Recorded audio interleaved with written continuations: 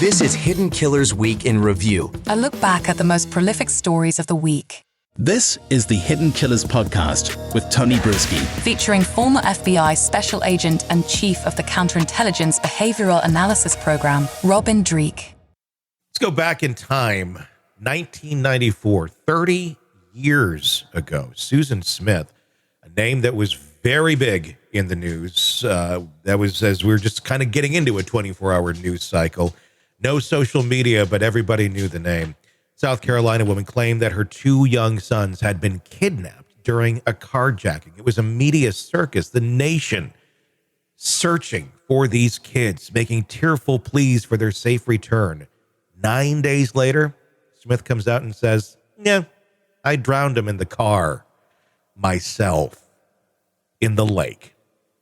She was sentenced to life in prison with the possibility of parole after 30 years. Well, here we are, 30 years later.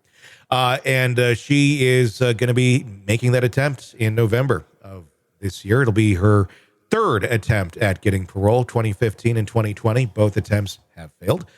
Joining me to discuss, Robin Dreeke, retired FBI Special Agent, Chief of the Counterintelligence Behavioral Analysis Program. Yeah, another chance at parole. I know the father of those kids has been at every parole hearing, very much not advocating for her and trying to keep her back behind bars. But at some point, are those efforts, they're going to fail? Is the state finally going to look at her and go, you've been good in prison. It was just two kids 30 years ago. You're free, which is insane.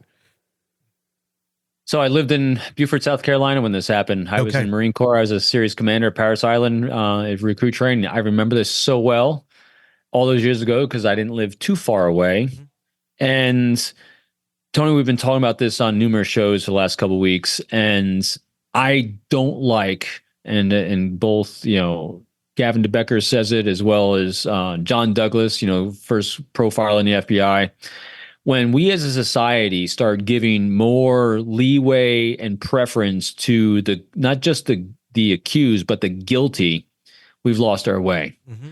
I think the only people that they should be asking whether she should be granted parole is, like you said, the husband and the family members, the victims in this. And since everyone in this is saying no, I don't even think it should be considered. I don't. What I'm baffled by, and I remember, back then when this happened, everyone was baffled by it as well. 30 years for killing your two children. And the argument is, it was mental health. And obviously there are issues there with mental health, but it doesn't excuse that you killed your two kids and then went on for 9 days lying about it. So mental health is an interesting thing too, because all these great minds have thought about this as well. Again, I'm not the legal expert on this one, but being able to claim mental health as a justification for actions, it's so hard to get these days. Lori Day Belvallo, if that lunatic couldn't be found, incompetent because of mental health issues, no one can. Sure. So it still comes down to a choice. She was abused by her mother and blah, blah, blah. And I don't care. She, as a human being, still made a choice to take life.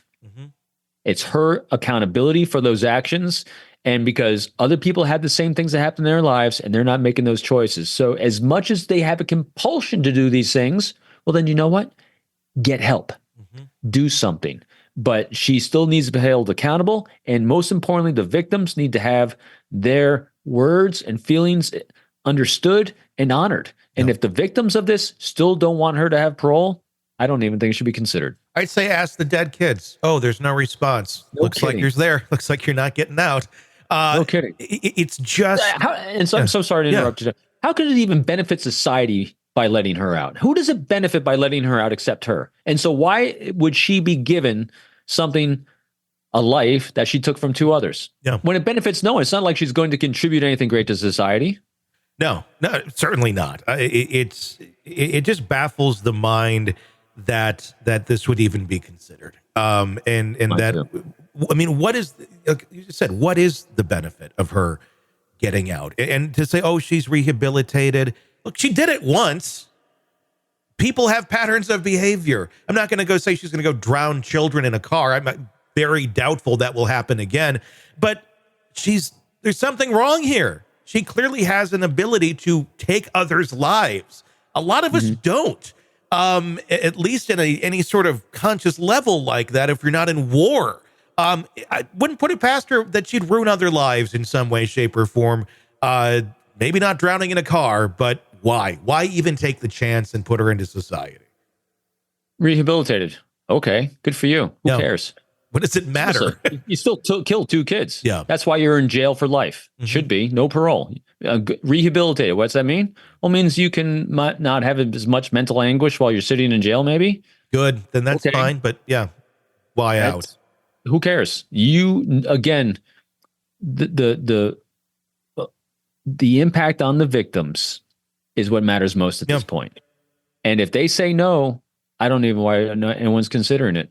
And if our legal system says, well, because a legal system says it needs to consider it, great. This is one of those points where we say, good, we need to fix that system because you killed 2 children and it benefits no one by allowing you out. Your own children, too, which makes it even spookier. All right, true crime addicts, let's cut the crap.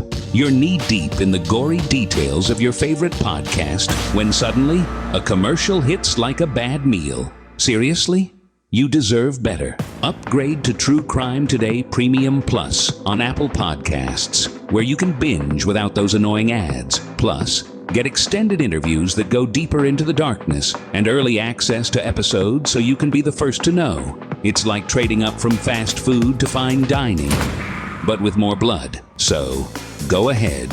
Search for True Crime Today Premium Plus on Apple Podcasts. Subscribe and feast on the good stuff.